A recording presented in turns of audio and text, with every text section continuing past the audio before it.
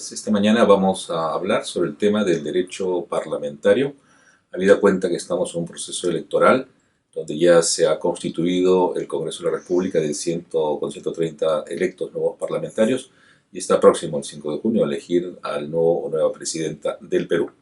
En ese sentido, creo que es importante entender que el nuevo gobierno que se forme, tanto de Parlamento y Poder Ejecutivo, funcionan dentro de un sistema determinado, que es un régimen presidencial, que tiene una serie de componentes atenuados, ya que el régimen presidencial no anula el principio de equilibrio y separación de poderes. Esto significa entonces que, más allá que el presidente sea electo por la votación popular directa y que tenga la capacidad de dirigir el gobierno formando un gabinete, existe dentro de esta relación del sistema presidencial atenuado ciertos mecanismos que tiene que cumplir el Parlamento, que pueden ser básicamente tres: facultades de orden legislativo, facultades de control y facultades de representación. La facultad, digamos,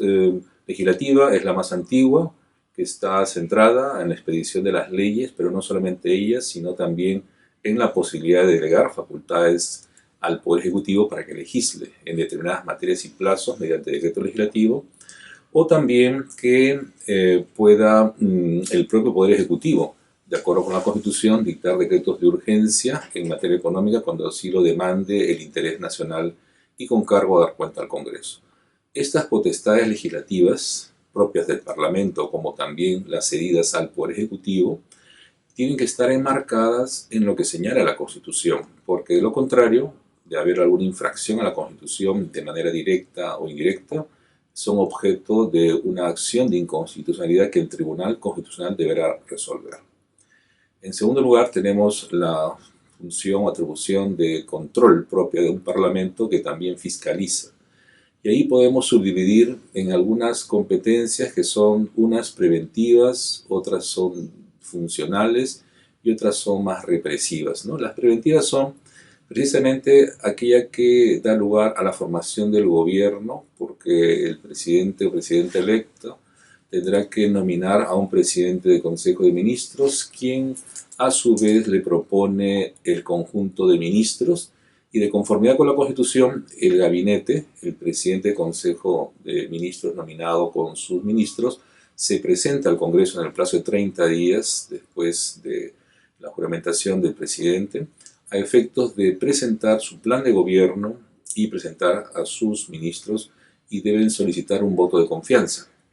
con lo cual significa que el Parlamento evalúe, debata y corresponda aprobar o dar el voto, o eventualmente no darlo teóricamente. Usualmente siempre se da el voto de confianza como un gesto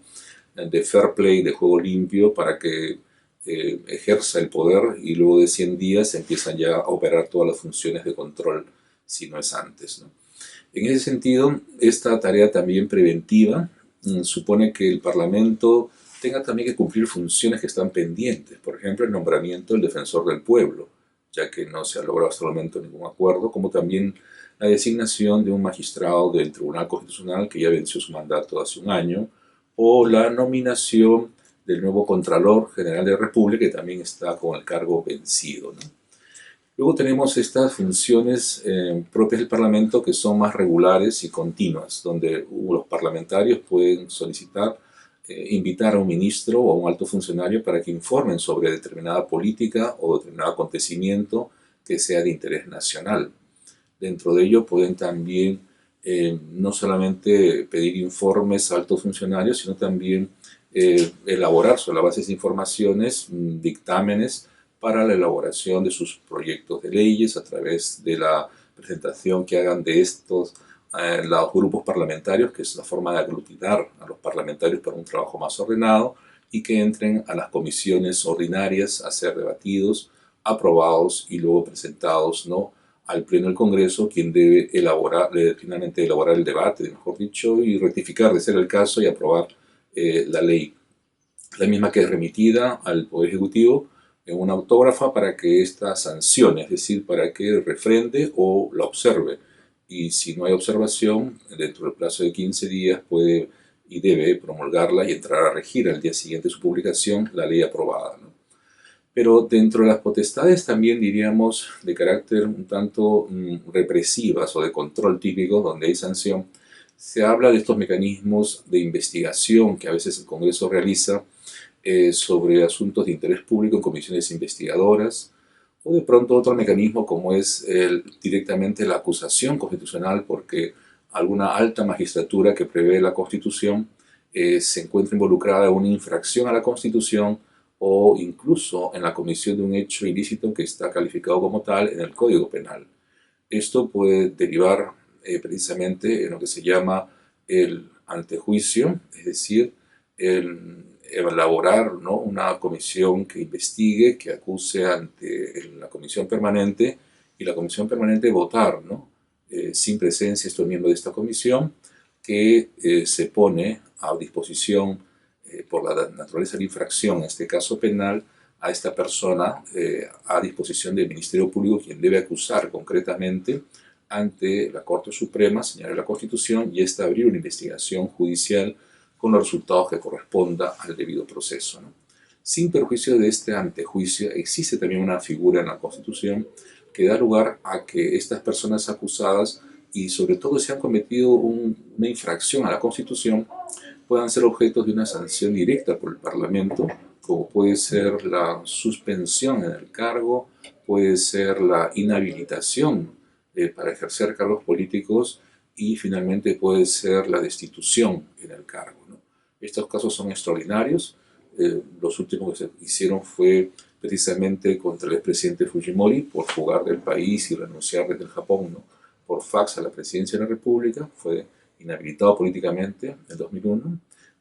O también los magistrados del Tribunal Constitucional del año 97, que se pronunciaron sobre la ley de la reelección presidencial y la mayoría, en ese caso oficialista, decidió investigarlos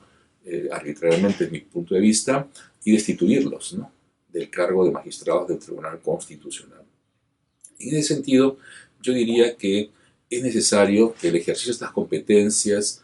tanto las legislativas como también las de control, conjuntamente con las de representación, sean muy bien manejadas. Porque la representación significa que los parlamentarios no están sujetos a mandato imperativo del pueblo, no obstante que han recibido el voto para determinadas políticas de desarrollo, y podrían cambiar incluso porque son sujetos solamente a un mandato de representación, lo cual actúan como si fueran los miembros que los han elegido y además ahora representan a toda la nación, pero no están sujetos a un mandato coercitivo, ¿no? En ese sentido creo que es necesario algunas reformas importantes en el Parlamento, porque en los últimos años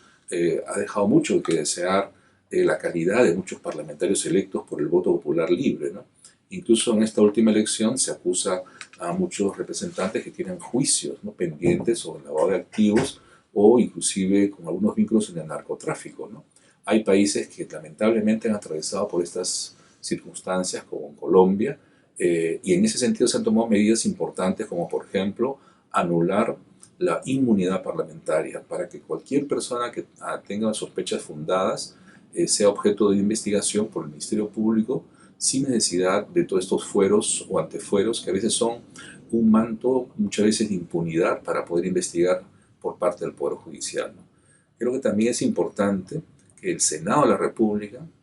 tenga otra vez un lugar en nuestro modelo constitucional, porque eso permite una representación mucho más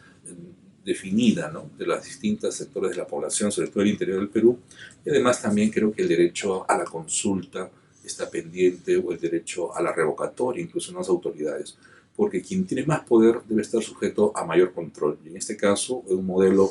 digamos, presidencial atenuado lo tienen tanto los parlamentarios como el presidente de la República, ¿no? Entonces esperemos que estas reflexiones ayuden a mejor comprender el actual momento de la formación de nuestro gobierno desde el punto de vista de la estructura y el funcionamiento del Parlamento. Muchas gracias.